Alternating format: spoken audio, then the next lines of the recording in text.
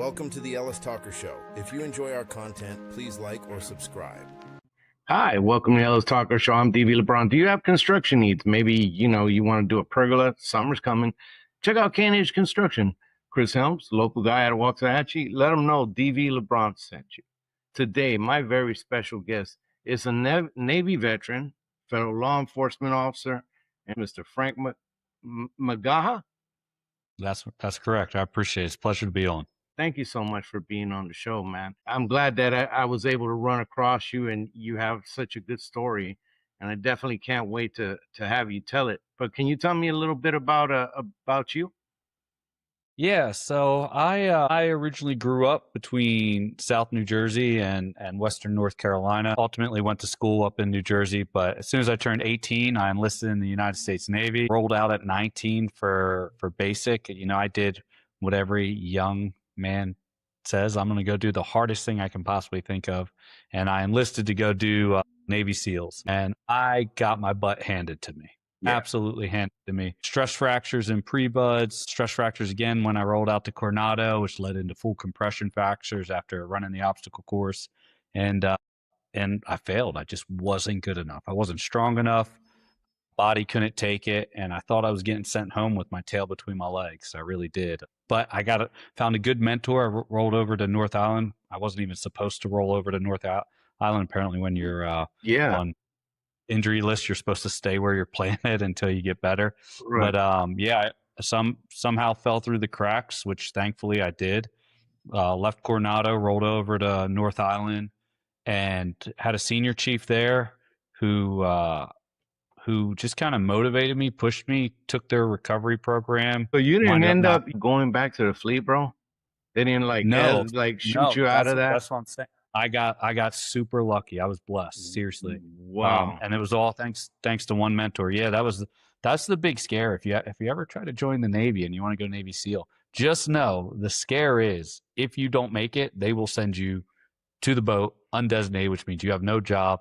You're the lowest of the lowest, and your life's going to be really rough. You're hanging off the side of the ship, chipping paint. Yeah. I mean, exactly. I know the Navy is changed. Mopping the deck. Yeah, I'm mopping the deck 5-6 times a day. Correct, because it's got to be clean, right? Which is the floor for those of you don't know what deck is. It's the floor of the ship. But yeah, no, so I went out there, rolled over there, wound up doing the recovery program in about 11 weeks, a little bit less. And my senior chief said, hey, there's this billet for aviation. You can get back into special operations. You can work with the teams. There's a bunch of different things that you can do in that aspect.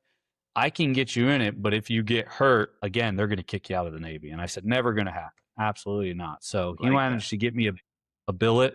I rolled out to Pensacola, Florida, and all I did was train. That's it. And when I would train all day, and then as soon as training was done, 6 mile soft sand beach runs, sometimes barefoot, sometimes not, just to strengthen my legs. Bro, that hurts. That hurts me just thinking about it. So you got air crewmen, just that the senior chief was able to hook you up? Yeah, managed. So what happened was timing worked out. There was this wave of billets that came through, and for those, that's job openings, and it just worked out so that those were open. He said, I can get you one of these, but if you get hurt, you're done, because you need so much time in the military for certain jobs or certain rates to be able to train so that you're still an asset to the military, so you can still get sent out to the fleet or wherever. Now you're about to tell me about the demands of that, because I mean that is the most I ever did was a rescue swimmer when I was on that side of the Navy. I had a tail of 2 Navies, but the most I ever did was a little bit of a rescue swimmer, but never in air crewman or anything like that. But this senior chief, same thing. I imagine this senior chief had to pick you up off the ground. Well, I mean, I was in a wheelchair and on crutches when I rolled over there. Wow. So it was, I could get around for a little bit on crutches, but mostly in a wheelchair. So when I rolled over there, they're like, what the heck are you doing here? In not as professional terminology, as you know, the Navy, we invented profanity. We did. And so, yeah, it was kind of, getting beat up over there. And then I was just like, you can throw whatever you want at me. No one's going to be more disappointed in myself than I am for not being strong enough. I wasn't good enough. And it was something that I had to settle with myself. But then when I went to Pensacola, there was this thing. So you got you got your rescue swimmers, right, which is a specialty unit too. So helicopter rescue swimmers. Well, there was another helicopter kind of position too. So really, there's two type of helicopter positions in the Navy. One is rescue swimmer, right? Unless you're a pilot, right? One is rescue swimmer, and then one's dry helo. So I wasn't going to go rescue swimmer. I wanted to go dry helo, but they only had one billet every other class. And then my class lined up with it, but you had to be the top of your class to get that. So that's when I really just knuckled down, both academically, physically, and I just pushed myself to the level. And I say this all the time, I can't take the credit for it. I just had really good mentors the entire time, from that senior chief throughout the rest of my life. Law enforcement, military, I've had the best mentors to guide me. You had to have, because you had to have, and I'm sorry to interrupt, but you had to have had somebody special, because, you know, it is probably one of the most prolific words a man can say in his worst. I wasn't good enough. I don't think any man, like, to get to that realization that I wasn't good enough for a man, that's a rough deal. And they coached you, and you were physically broken on top of that, just dealing with that. Yeah. But you get into this air crew and you start kicking butt. You had to have some epic mentors. I did. And, you know, school, I was okay. You know, I was decent if I applied myself, which is anybody, right? I was decent if I applied myself with the classes I liked, but I didn't take school too seriously. I was a, you know, B student, maybe at best. And ultimately, when I rolled out, I was, hey, I want this helo dry. They said, hey, if you pick up this helo dry, they still do work with NSW, which is Naval Special Warfare, and it's a multi-mission platform. They do anti-mine warfare. You don't do boats because you're on 53s, which is the biggest bird in the military. You don't do boats, and your deployments are to the Middle East. I'm like, sign me up. That's what I joined for. That's wrong. And then I managed to pick up that billet, rotated up to Virginia, went through my AWIS, which was my aviation warfare school. And then I managed to honor grad my A school down in Florida, in Pensacola. Then I managed to honor grad my C school, which was my aviation warfare school. Damn. And then I rolled out to the fleet. And once again, I can't take credit for it. It was just good people pushing me. Fitness winded up taking off. I winded up getting kind of a little quick after running all that time on soft sand beach runs. So that allowed me to stand out.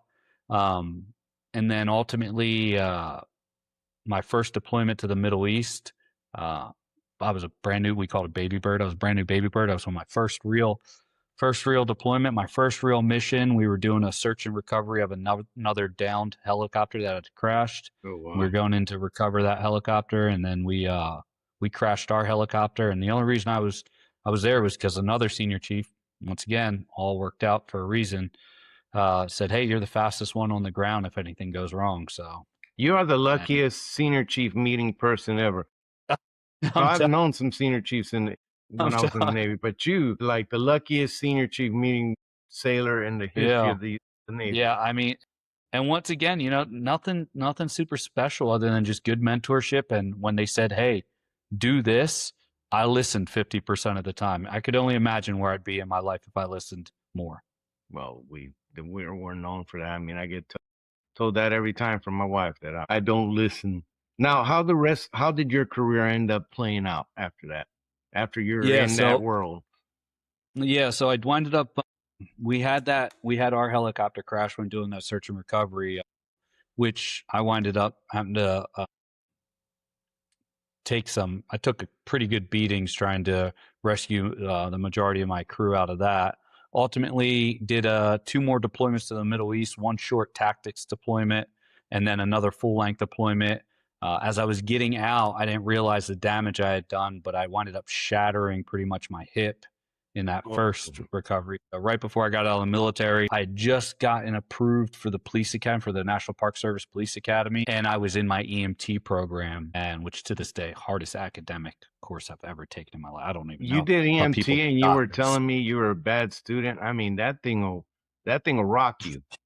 Hardest academic course I've ever done in my life, hands down. Like I said, I have the utmost respect for anyone that does medical. I wind up having a hip surgery right before I get out of the military, Oh, wow. and then wind up getting that fixed, roll into the police academy, or I'm sorry, roll out into my EMT academy. And thankfully I saved up enough terminal leave because I deployed so much. I had almost 6 months of terminal leave saved up. So Wow. I actually got paid to go through my police academy. And they by the let you military. take it. That's pretty Yeah. cool that they Well, I let mean, you take it. once again, really good leadership. I managed to convince my CEO one point to send me to the military national bass tournament to go fish and represent our squadron.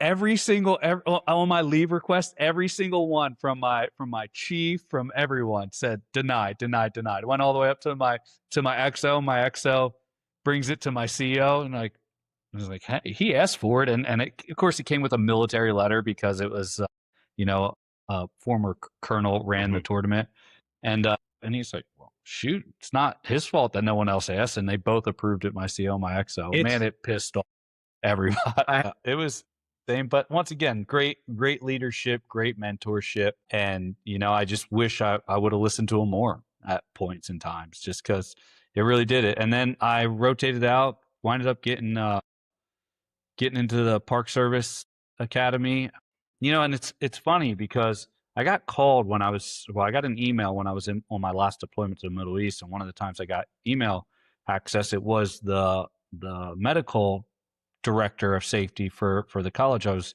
going to take my police academy through. He said, hey, this is so and so, head of EMS program. One of the things that really stand out for law enforcement park rangers is having your EMT cert.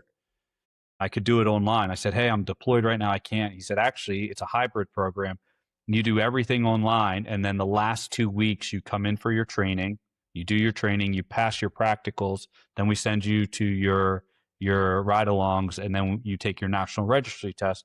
And they said we have a 95% passage rate for national registry tests for candidates. Wow. I said, I could probably swing that. Right. I get internet service enough if I'm not flying too much, or if I need to work the flight schedule and ask someone, hey, can you leave me off? I got some schoolwork. Maybe I could do that. And I was wrapping up my last deployment. So I said, sure. So I spent the $1,200. Well, long story short, I'm in my Park Service Academy. Once again, good mentorship and good leadership. And so the director makes me the sergeant of the academy. Halfway through when you introduce yourself, I said, hey, I'm Frank. I'm just got out of the military. I want to be the backcountry ranger in the Smoky Mountain National Park. They all laughed at me. I mean, completely laughed at me. Right. I was like, why? A lot of them had experience working in the National Park Service, or at least interning there. And they're like, good luck even getting a job, one, and then two, let alone a very isolated position like that in a dream park that you want. And the Smokies are the most visited national park in the nation. Mm-hmm. Well, halfway through the academy, they come out to interview for the backcountry ranger for the Smoky Mountain National Park because the person they had slated bailed on them. And the difference between me and my corporal and one of my other military squad leaders that was in my academy, the reason I got selected over top of them is I had my EMT. They didn't. They turned down that offer when it was presented to them, and I took it. And to this day, that's got me my first instructorship, which was tactical medicine instructor for law enforcement, which led to all my other instructorships. To this day, the best 1,200 I've ever made in my life. I'd say that. I mean, that is pretty fantastic that you end up, getting that post and being able to do it online. And oh man, things, I don't believe for me, and it could be anything for you. For me, it was God. And me, absolutely. It's God that I don't believe in coincidence. I believe in God. And so that's for me. My brothers could think other things. That's fine. I love you anyway. But it's just the way I see it. But man, it looks like you just kept rolling on this. You took such a gut punch in this buds thing, and not being able to continue with SEALs, but you just kept getting blessed, and you kept getting blessed, and now you end up going into this Smoky route. You start getting all this tactical training, okay? And where did that tactical training take you? Yeah, so I wind up wrapping up there, and then I lateral to another 3-letter agency up in DC. Right. And that's where my law enforcement career really exploded. Once again, I was truly blessed. I cannot take credit for it. I went to FLETC.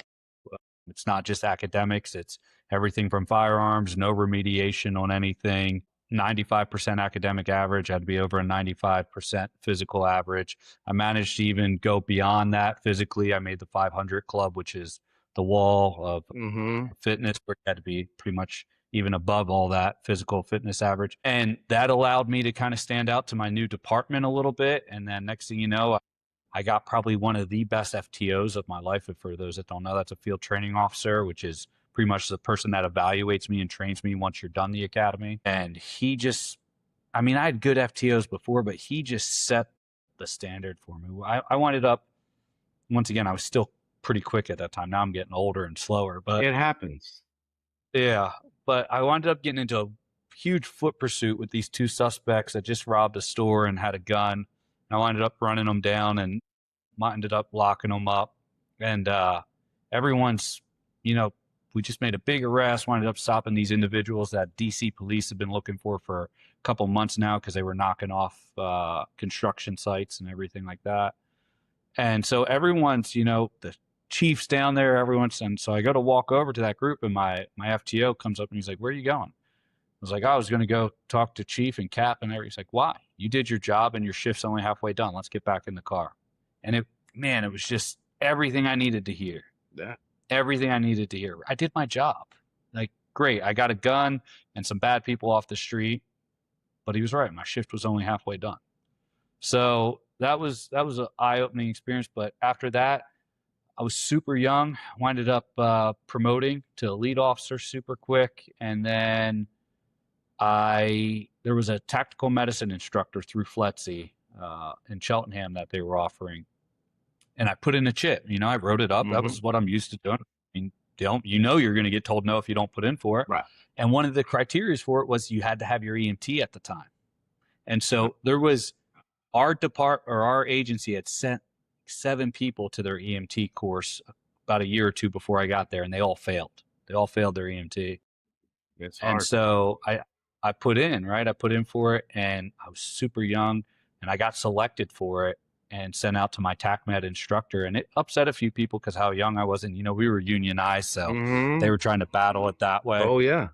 But I go out, I get that instructorship, and then I come back, and I winded up doing really well there. Did really well bringing that back, training everybody, certifying everyone in TACMED at our agency. And then it just kept going. They kept stacking everything. I winded up becoming the officer in charge of our special weapons unit. I winded up being a lead protection officer for our presidential appointed directors, both under President Obama and President Trump. And then, I mean, like I said, I just kind of kept going. I winded up getting more instructorships, firearms, protective service operations, things like that. And my career just took off. And my injuries started catching up with me from the military, though. So I had to have a shoulder surgery. They found some foreign objects still left in my ankle from that first helicopter mishap. They had to go and take out. And I just realized physically, once again, wasn't good enough. I couldn't give the community what they needed. And I had to really take a look at myself and say, man, do I really want to be the officer that just tried to stick it out, but then wound up having to use a tool that another officer wouldn't because my shoulder would dislocate or something like that in a physical altercation. Eventually, your body taps out. The abuse that you put on it. And the way I look at it now, you know, as I'm nearing 50, the way I look at it is I have to pay for the checks I issued. And I issued a lot of checks. Yeah. I mean, I was a check issuing mofo. There was a lot of checks. My wife says all the time, she says, I'm not pushing you in a wheelchair, so you better take care of what's left. So I wound up switching over to instruction full time. And we founded Armageddon, and it just, once again, we were blessed. I listened to some good advisors, and we took off. And one of the most memorable pieces of information was, hey, what's one thing everyone asks you about? And I said, oh, it's how to become a police officer, hands down. Right. And they're like, all right, make some content on that. I made some content on it, and it blew up. Wow. Now, you've had the blessing of having all these different leaders along the way that just landed in your path to change you right at the right time. And now one of the the highest demanding, most stressful careers is law enforcement, whether it be, police officer on the street, FBI agent, marshal, you name it. It's a high stress job. And then, or ICE, which is the big topic now. And you have these split second decisions, and you're having to respond, and how you respond can lead to, you getting put in cuffs. There's so many things that go into that. You're teaching leadership, and you're teaching this stuff too about responding, etc. Use of force. Yeah. So ironically, where I'm sitting right now, which it's not done, but I'm in our new training center right now. So we just purchased a new training center in Western North Carolina where we can start doing that. But I stole a book, or I stole a page out of the old political book. I'll be honest with you with this program. I decided to get to people early on before they got to any bad training or bad habits. Right, exactly. So I said, I'm not going to go through the departments, although I do help out departments from time to time, and we're doing more with them. But I went directly to the candidates. And I said, if I can set them with good ethics and good grounded morals to begin with, that's how I'll make my positive impact on law enforcement. And who knows? Maybe I won't even be around long enough to see it have a positive impact. But the aspect is, I was like, I'm going to play the long game. I'm gonna go directly to the candidates before they're even hired on, because how many times do we know we have a good candidate and then we blow them out because, one, they don't understand the legal jargon on their background packet, or don't get me started with the psychologists today. Ever since 2020, now they think they're background investigators and everything like that. And I mean, it's horrendous. I'm seeing them disqualify candidates because they're Christian or they have a religious preference or stuff like that. That's a thing. And it's horrible. And I tell all my candidates, everyone, the one thing I can never prepare you for is human error. I can't prepare you for that background investigator that's going through a divorce, or that psychological evaluator or polygraph examiner that spilled coffee on their lap that morning that's now in a bad mood. Mm-hmm. So one thing, I can just prepare you how to best deal with someone that comes at you in any manner, whether that's aggressive or that's the gentle interrogation, which is really the best type of interrogation, when you come in and you try to be someone's friend, and understand, hey, they're out there to try and catch you in something, rather than you just be honest, stay consistent, and don't fall for any of these traps or tricks that are out there. And I find it ironic just that law enforcement would even, it's not law enforcement, it's the individuals. Someone might be bad trained. I heard, I was watching this on YouTube the other day, or some social platform. I heard a background investigator bragging about having a nickname, about being the candidate killer or something like that. Why would you be proud of that? Right. Like, how does that help? How does that help the profession, or help bring the community and law enforcement back together? It doesn't. It doesn't. It becomes more about his ego than getting the right candidates in there, to do that very hard job. Now you're getting these, candidates that are trying to go in. In my line of law enforcement, one of the things we always tell rookies is, be who you are every day. If you're going to be the guy who picks on everything, and, you don't have your shirt tucked in, every little thing, if that's going to be you, be that guy every day. And you don't get a day off from it. You don't get a day off from it. Don't go try to buddy. Be whatever you're going to be it every day. So you make that decision. And that's leadership too. You get that lieutenant that's a stickler, or that captain that's a stickler, and hey, your shoes aren't shined. I see a captain come in one day of his entire career without his shoes shined. You just lost it all. All that is gone. So what are you telling these recruits? Because that was one of the things that I tell rookies, or I've told rookies throughout my career. What is something that you tell them? It's so simple. I take the advanced side of it, but I start with, imagine your courtroom training in your academy, right? Imagine all that articulation, all that understanding, and imagine having that before you went in to apply. Wow. Right? So I give them that, and then obviously I add on any additional to it. But really what it is simple. You don't have to lie. You don't have to be anything other than, like you said, yourself. All you have to do is articulate yourself. Law enforcement, the entire standard from the Supreme Court down to law enforcement is reasonableness of an officer. You can have experimented with certain substances, maybe not the crazy ones, but certain ones, right? You could have experimented. Time and distance makes every hurdle smaller, right? Correct. As long as you can show you, right? Time and distance makes every hurdle smaller. If you have a speeding ticket yesterday, you're probably not getting hired. If you have a speeding ticket 5 years ago, they're not really going to care as long as you haven't had 10 of them leading up to it. Right. And so it's the standard of just, hey, what's reasonable? Hey, you got a bad credit score? Okay. Why do you have a bad credit score? During COVID, or, a couple of years after COVID, that was reasonable. Hey, COVID messed up everything. Okay. They weren't looking at your credit score as much anymore, or your credit history. Now, 2026, they're looking at your credit history. Right. You don't get to say, oh, COVID. Oh, well, that was 5, 6 years ago. You can repair your credit in that amount of time. Right.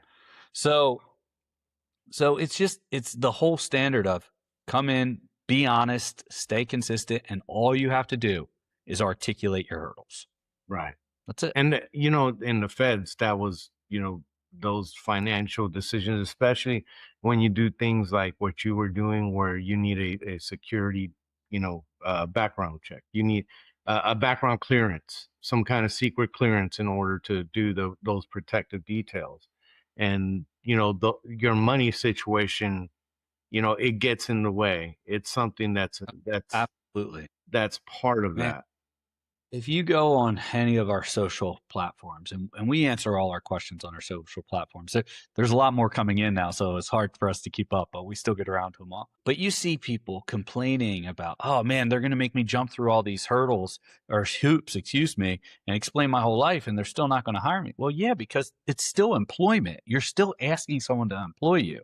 It's not these are just the conditions in order to be eligible for a law enforcement officer. Right. And I call it the core 4 of your background, right? Which is your criminal history, your substance use, your work history, and your financial history. Right. If you sit here and say, hey, yeah, I got written up last week because I used all my leave and then I still took off. Or, hey, I took 20 sick days even though I wasn't taking them a employer is going to be concerned about that. Absolutely. You don't get to sit here and say, well, I did all these steps. I did okay. Well, guess what?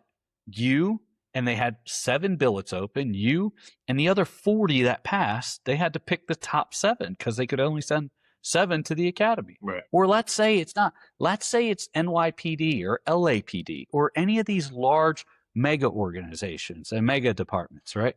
You take them and say, hey, you guys are short, Capitol Police, you guys are short 1,500 officers. Well, that's great, but the academy can only fit 40 in a class. So, yes, we do have 500 applicants, and yes, we are short 1,500, but guess what? I can only put 40 in an academy class at a time. What? And why don't you just make the classes bigger? Well, because we don't have enough instructors to ensure that they're getting proper training at that point in time. Then you're putting bad officers on the street. What's the number one mistake that you see these candidates making when they apply for a department? Man, they don't understand. If I was to categorize it into one thing, I would say they don't understand the preparation that goes into it, but more specifically to more answer what you're actually looking for is their background. They don't understand the legal jargon in the background. One of my best candidates, I got her hired in 2 months, almost admitted to 3 felonies she's never committed. Wow. And if you admit to a felony, even if it's never been caught, it's an automatic DQ. She almost, wow. That's a little bit. Did she think she was in a what is that, a confessional booth or something? Wow. No, it's nothing like that. So just once again, think of the legal jargon. Think of your courtroom training in your police academy, right? If I sat here and told you, hey, unauthorized use of a motor vehicle, someone doesn't interpret that as, hey, what that really is asking in layman's term is grand theft auto. But that state calls it unauthorized use of a motor vehicle, and really it's auto theft. Right. Which is, class A felony. Right. And then, so when you put down something along, and this was actually a different candidate, but when you put down something along the lines of I borrowed my mom's car when mine broke down when I had to go to work and she was, in a different state. And I'm like, whoa, hold on. Did your mom report it stolen? No. Are you on the insurance to drive that vehicle? Well, yeah. But I didn't specifically ask her for permission that one time. Like that's not what that question's asking you. Yeah. Or here's another, this is everyone. Have you ever operated a motor vehicle under the influence of alcohol? And everyone, well, I mean, I drank a glass of wine when I was at dinner with my spouse, and then, you know, we ate dinner and I had some water, and then I drove us home 2 hours later. I'm like, well, what's the question ask you? Well, I drank and then I drove my vehicle. No. That's not what the question's asking you.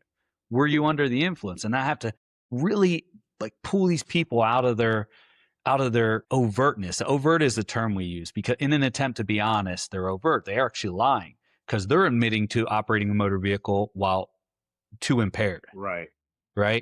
And they don't understand that that's not what it's asking, right? It's not asking, it's literally asking, have you ever operated a motor vehicle when you would have been a DUI?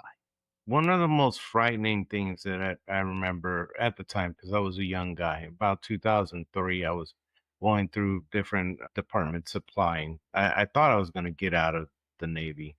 It wasn't quite working out that way. But I was looking at different departments, and one of the scariest things was when I sat for the panel.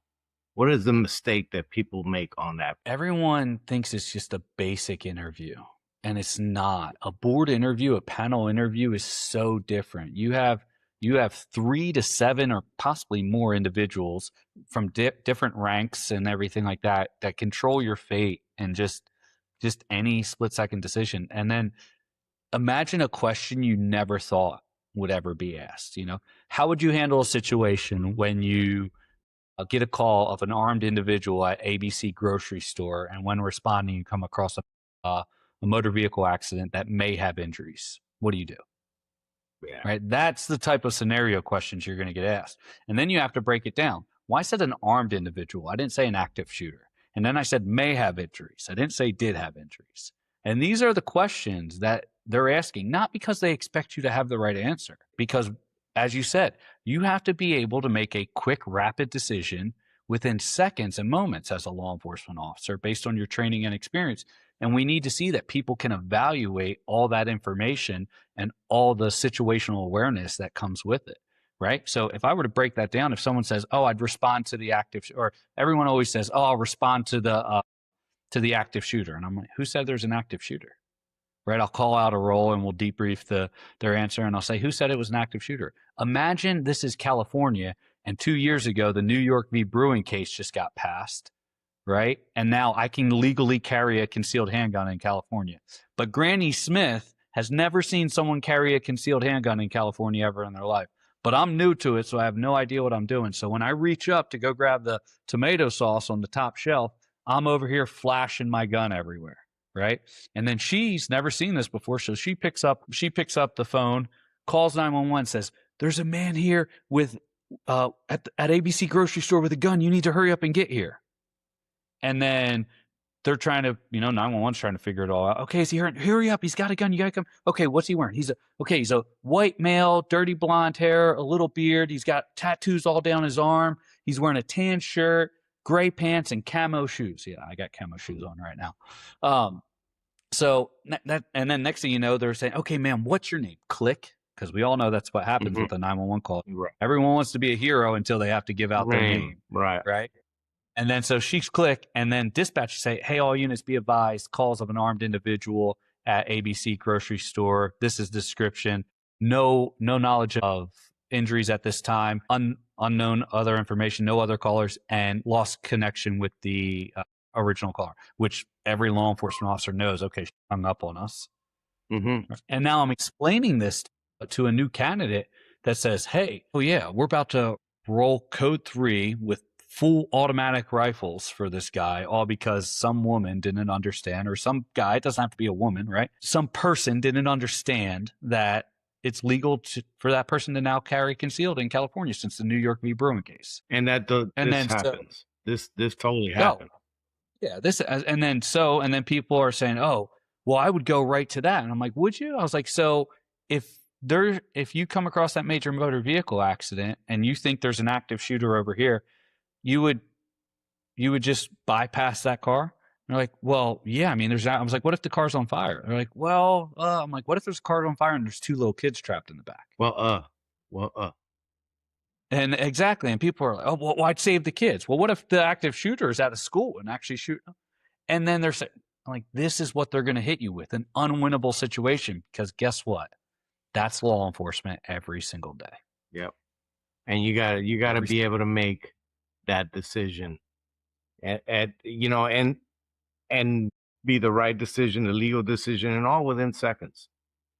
And then the moral decision for you to live with for the rest of your life. That, my friend, is one in the last 20-year career that's always been the number one. I have to be able to live with it.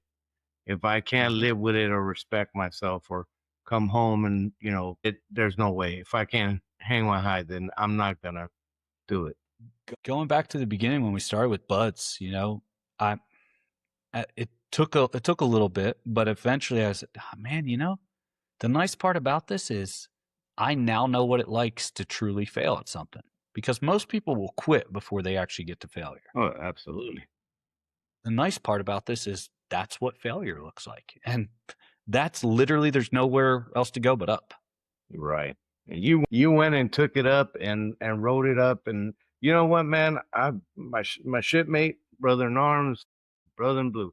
I am glad that, you were blessed in all these different ways going up. And then, you're doing something that in these times and all these in these last few years, there's been a lot of scrutiny on how law enforcement officers do their job. And you're trying to help these candidates do their job better. And that's something that we have to do. We always have to do better. We always have to strive better, because our badge is an extension of trust from the community, And so it's something that we have to honor, respect, and having the right people in there that understand what's coming is great. I always give my guests the last word. If you'd like to talk about how people could reach you, maybe there's a cadet out there that needs some information. I will say this, because if you want to reach out to us, you can reach us on any of our social platforms. It's Armageddon Training on any of our social platforms, YouTube, Instagram, TikTok, what have you, whatever the team's got us on, or at our website, armageddonct.com. What I will really leave everyone with is, don't think that law enforcement is a profession that's not desired anymore. There's plenty of candidates and applicants out there. They're just more quiet about it these days. So if you're going to go in and you're going to pursue it, and you're going to take on something as prestigious as serving your community and having significant authority to do it, be prepared to battle for it, because it's not going to be handed to you. And never is. All right, my brother, can you stick around after the show real quick? Absolutely. Thank you.